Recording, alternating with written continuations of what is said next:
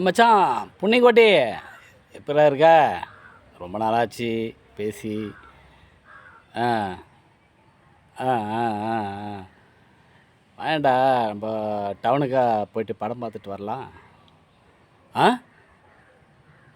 பொண்டாட்டி ஊரில் இல்லையா? பொண்டாட்டி ஊர்லேருந்து தான் வருவீங்களோ போவீங்களோ?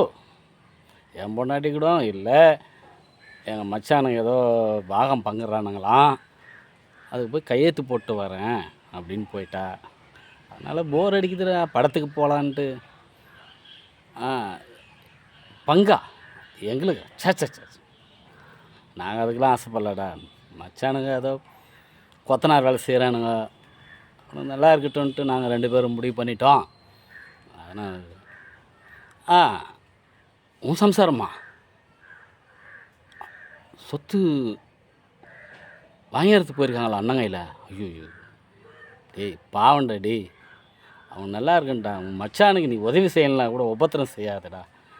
போடா டேய், போய் அதை தடுத்து முதல்ல நிறுத்துடா. புண்ணியத்தை தேடுறா புண்ணிக்கோட்டி. போடா டேய் போடா டேய். வேணாண்டா வேணாண்டா வேணாண்டா.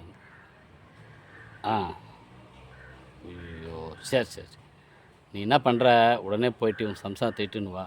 அவங்க மச்சானுங்க நல்லா இருக்கட்டும், அவங்க அண்ணனுங்க நல்லா இருக்கட்டும், அதை தான் நான் சொல்லுவேன். அவ்வளோதான், இதான் நல்லது, ஊருக்கு நல்லது, நாட்டுக்கும் நல்லது. ஓகே ஓகே, தேங்க்ஸ்ரா மச்சான், தேங்க்ஸ்ரா.